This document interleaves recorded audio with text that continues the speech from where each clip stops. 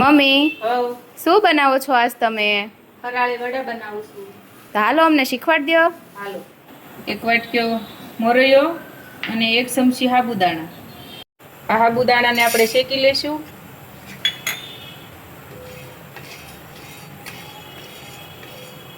હવે આ બેવાનું આપણે મિક્સરમાં દળ નાખશું.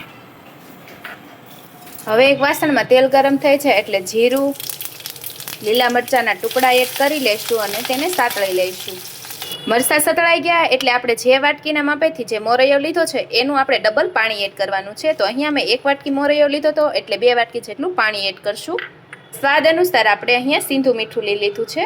એમાં આપણે લીલા ધાણા એડ કરી લેશું.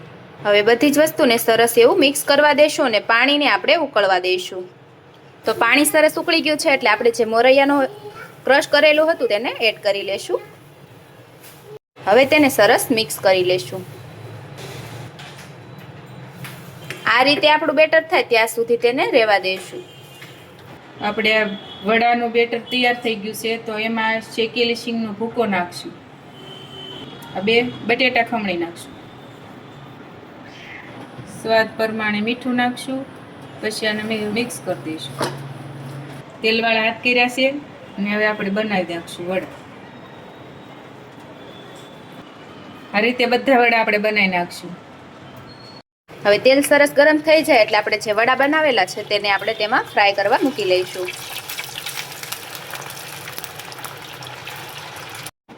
જો પૂજા અસલ કરકરા વડા બન્યા અને અંદરથી એટલા સરસ પોસા બન્યા છો.